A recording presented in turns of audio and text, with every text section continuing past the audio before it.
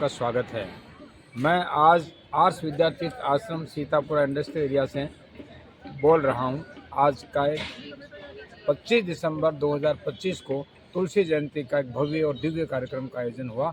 आज देखते हैं ये कार्यक्रम किस तरह से हुआ। नबोक में है या हमने यहाँ पे 2008 में चालू किया था। ये जयपुर का कौन सा इलाका है? ये सीतापुर इंडस्ट्रियल एरिया है। महात्मा गांधी वालों ने हमको एक जमीन जो है ये भूमि डोनेट की है। डोनेट की थी, फिर हमने अपने भक्तों के माध्यम से इस सबको बनाया। तो इस तरह से ये कि यहाँ है उदयपुर। अभी आगामी साल में किस तरह के कौन कौन कार्यक्रम हैं, तो उस कार्यक्रम पे दिल्ली से काफ़ी मीडिया के लोगों को हम लाना चाहते हैं। चैनल अपडेट्स हैं। मैं विजेंद्र कुमार सरोलिया। हम यहाँ आश्रम में आए हैं आर्ष विद्यातीर्थ, और महाराज जी से, स्वामी जी से पूछेंगे इस आश्रम को किस तरह से आपने डेवलप किया। तो गांव के छोटे छोटे बच्चे इतना शुद्ध वैदिक मंत्रों का उच्चारण करते हैं, वो यात्रा आपने किस तरह से करी, वो जानना चाहते हैं। 2008 में इस आश्रम का उद्घाटन पूज्य स्वामी श्री दयानंद सरस्वती के द्वारा किया गया था।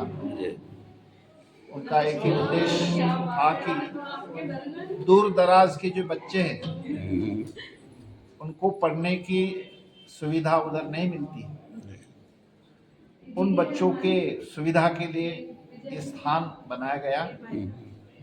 और इस स्थान को चलाने के लिए बड़े जो धनी लोग हैं, दाता है, श्रद्धावान है, दानी है, उनसे हम इसकी सारी व्यवस्था चलाते हैं। केवल स्कूल की शिक्षा नहीं, हम बल्कि इनको एक हमारी सनातन धर्म की जो संस्कृति है उसके संस्कार भी हम देते हैं, जिससे कि वो अपने सनातन धर्म से भटके नहीं। तो इसलिए स्कूल की जो व्यवस्था है, स्कूल की जो सुविधा है, स्कूल की जो शिक्षा है, उसके साथ साथ हम लोग इनको आश्रम में अपने संस्कृति के कुछ संस्कार देते हैं। तो सुबह ये बच्चे अपना दिन जो है पूजा से प्रारंभ करते हैं, और शाम को भी पूजा के साथ ही इसका दिन का विराम करते हैं। भोजन के पहले 15 अध्याय का पाठ करते हैं। दोनों टाइम भोजन के पहले 15 अध्याय का पाठ करते हैं, भोजन के मंत्र बोलते हैं। तो इस तरह से उनको उनके साथ इन संस्कारों को जोड़ करके उनका जीवन आगे बढ़े। और इसके अलावा जितने सारे त्योहार होते हैं हमारे भारतवर्ष के, उन त्योहारों को भी उसके पीछे क्या उसका कारण है उसको भी समझाते हुए उसकी पूजा करते हैं।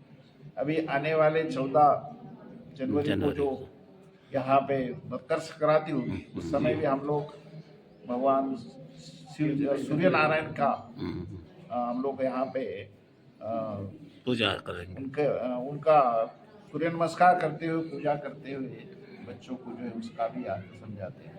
तो हर त्योहार को आप लोग उसको जोड़ते हुए ये पूरा इंडिया में आपकी दीर्घायु होने की प्रार्थना करते हैं।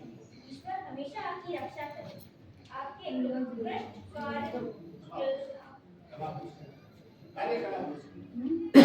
आपको यश प्राप्त हो एवं आपका जीवन परिपूर्ण।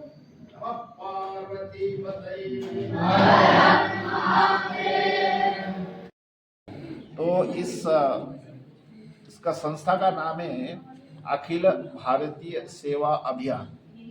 इंग्लिश में कहते हैं एम फॉर सेवा।